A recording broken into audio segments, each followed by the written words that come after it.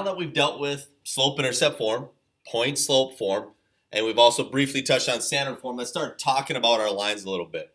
So we're going to talk about two different types of lines, parallel lines and perpendicular lines. And I'm guessing these are pretty familiar to you, so we'll just briefly run through them again. So parallel lines, lines on the same plane that do not intersect. So for example, if I were to draw two parallel lines, they would look like they would never intersect, right? Mine might not be drawn perfectly. Actually, this one's awful, so let's redo that one. There we go, that's a little better. Okay, so lines that never intersect. And usually, if they mark them to show that they're parallel, they'll put a little arrow on them to show that they run forever, they're parallel, they never intersect. And we also have a symbol for that. Like let's pretend I call this line L, M, and this line N. I could say that M is parallel to N. They almost look like they're little mini parallel lines to say that they're parallel. So that's the symbol. But usually you don't see that till geometry, so we're not going to worry about that too much. And then perpendicular lines, they intersect at right angles. So if I have a line and it intersects with another line to make a right angle, we call these two lines perpendicular. And that's the symbol that you see is the right angle to know that they're perpendicular. And let's say I'm going to call these lines M and N also. Call that one M, that one N. To say that they're perpendicular, we say M is perpendicular to N. We got that little symbol that almost looks like two lines are making a right angle. And like I said, same thing. You won't probably see that until geometry, but it's just good to know in the back of your head.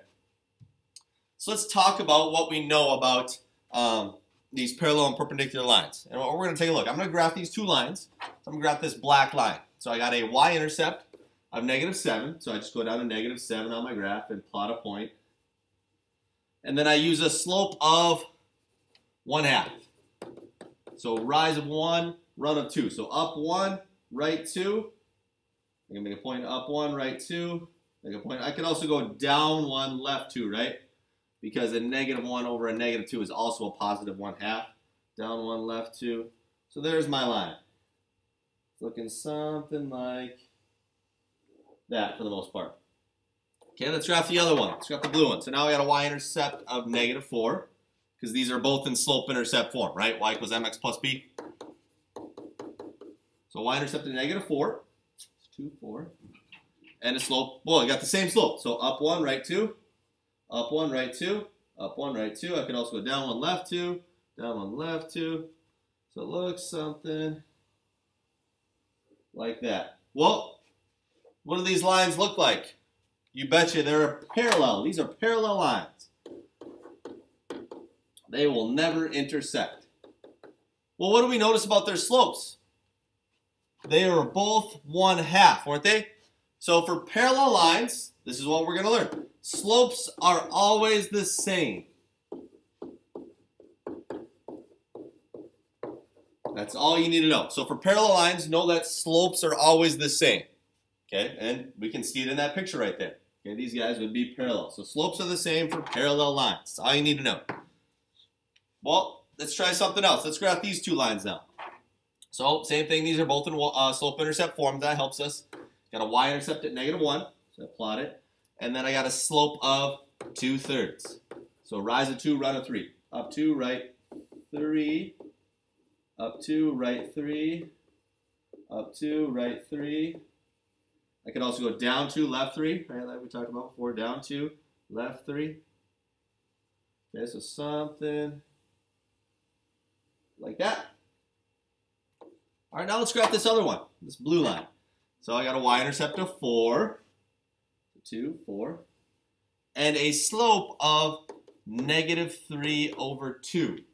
So that means if the negative's out front, I got to give it to one of the two to use the slope. So I either got to go down 3, right 2, or I have to go up 3, left 2. Remember, I can't do both negative. I can't go down 3, left 2, because that gives me a positive slope. And this is a -3/2. So I have to give it to one or the other. So I'm going to go down 3, right 2. 3, right 2. So down 3, right 2. Down 3, right 2. I can also go up 3, left 2. Up 3, left 2. I should be able to tell what this is kind of looking like here. Well, what do you think they make, those two lines? You bet, a right angle. So that means they are what? Perpendicular. So let's take a look at their slopes here. What do you notice about their slopes? One was 2/3. The other one had the opposite sign and was the reciprocal. Right? It flipped. So 2/3 became 3/2. So it switched signs and it flipped. So the thing that we know, slopes are opposite, right? They have an opposite sign and they are reciprocals. Opposite reciprocals. Remember, a reciprocal is just flipping a fraction.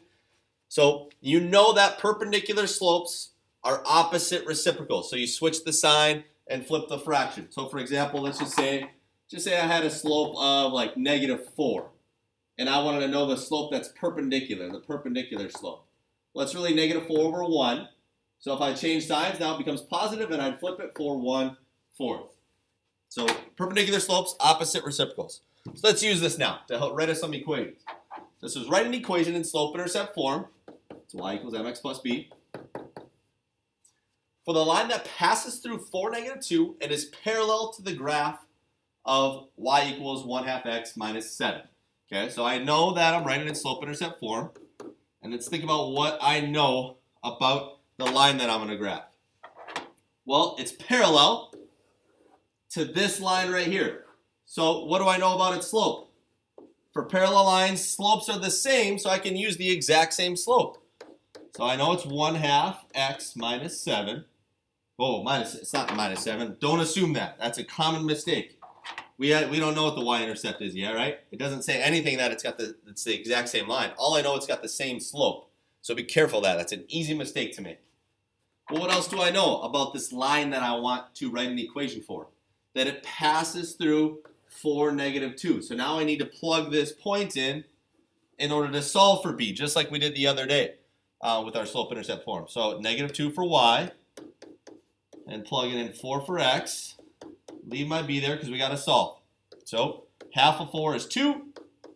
And to solve for b, we subtract 2 on both sides. So b is -4, it looks like. So to write my equation, we plug it back in right up here. So we would say y equals 1/2 x minus 4. There would be the equation of that line that passes through 4, -2 and is parallel to y equals 1/2 x minus 7. So basically just decide what the slope is, depending on if it's parallel or perpendicular, and then plug in that point. Okay, let's do the same thing with perpendicular now. So we're going to pass through this point, and now we're saying that it's perpendicular to this line. Oh boy, I don't like the way that line's written. What should we do with that line? Yeah, let's write this guy in slope-intercept form. So 7x minus 2y equals 3. So we got to get the y by itself. So I can't touch this -2y yet. I got to move this x term over. So we got to subtract the 7x from both sides. So that's gone. Don't forget to bring down your negative. So minus 2y equals, remember, and it's always mx plus b. So we put the x term first. So -7x. And it's a positive 3. So plus 3. And then we divide by a -2. So then -2's cancel. So we're left with y equals, remember, break this up now. So I would take -7x over -2.